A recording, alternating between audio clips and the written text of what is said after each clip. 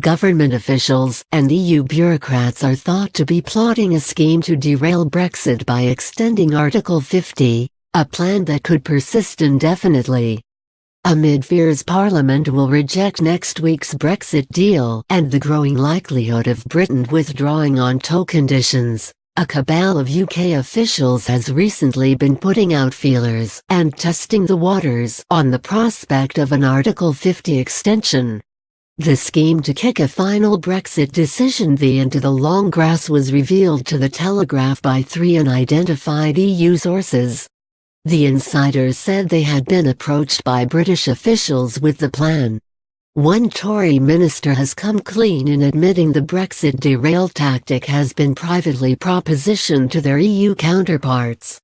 Margot James, Tory Digital Minister, confessed we might have to extend Article 50 if Theresa May's meaningful vote sinks on the 15th of January, although that vote could still be delayed.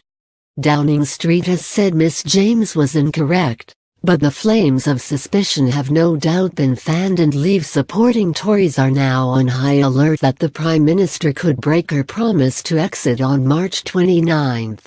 When asked about claims of an Article 50 extension, a spokeswoman for Prime Minister Theresa May's Downing Street office said, "The PM has always said that we would be leaving the EU on the 29th of March 2019, and we would not extend Article 50. The delay tactic is also supported by heavyweight Remainer Ken Clarke, who has called for an extension of Article 50 to delay the final Brexit date. Jacob Rees-Mogg has suggested an Article 50 extension is a ploy to stop Brexit altogether in disguise.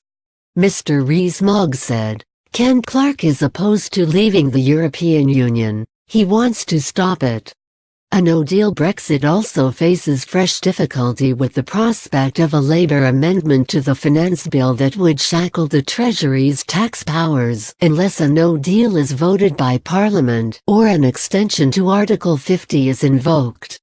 If an extension to Article 50 is instated, it must be agreed upon by all EU member states. This would give time for a UK general election or a second referendum as hoped for by Remainers. Mutaba Rahman, an analyst at the Eurasia Group Risk Consultancy, believes the EU is open to an extension to Article 50. He said, "The current deal is a good one for the EU and it won't want to throw it away unnecessarily, so the Union's position towards an extension has evolved, and it is more nuanced than it was a year ago."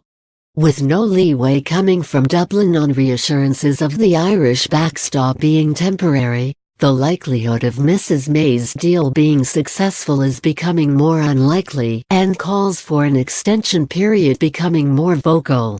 Ms. James said, "If that proves to be impossible, then I think we have very little time left, but we might have to extend Article 50.